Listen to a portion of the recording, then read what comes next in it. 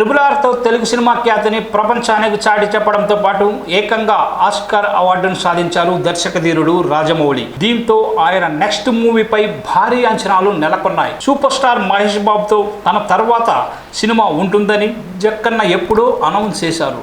ఇన్ని రోజులు కావస్తున్నా ఇప్పటి వరకు SSMB 29 పై ఎలాంటి అప్డేట్ రాకపోవడంతో మహేష్ అభిమానులు హర్ట్ అవుతున్నారు.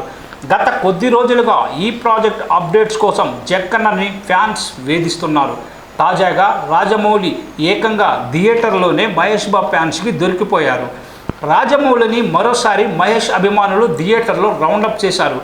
NTR హీరోగా కొరటాల శివ దర్శకత్వంలో తెరకెక్కిన దేవర సినిమా సెప్టెంబర్ 27న ప్రేక్షకుల ముందుకు వచ్చింది. ఈ నేపథ్యంలో కుటుంబ సభ్యులతో కలిసి హైదరాబాద్లోని మైత్రి విమల్ థియేటర్లో సినిమాను వీక్షించారు రాజమౌళి.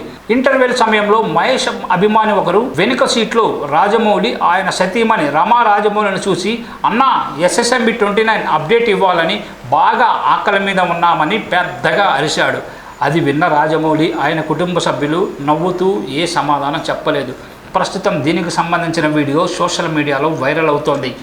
రాజమౌళి సినిమా కోసం మహేష్ బాబు కంప్లీట్గా మేకోవర్ అవుతున్నారు.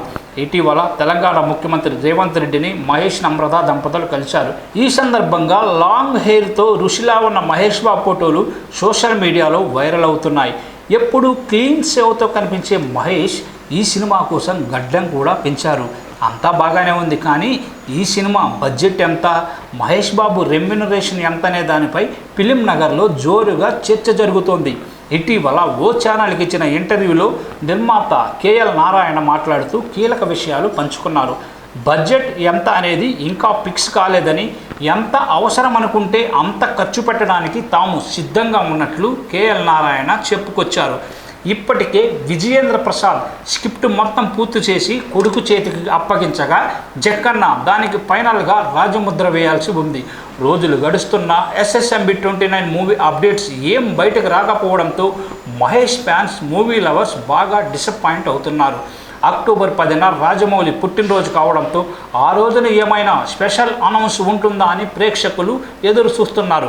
మరి ఆ రోజు అప్డేట్ ఉంటుందా లేదా అనేది చూడాల్సిందే.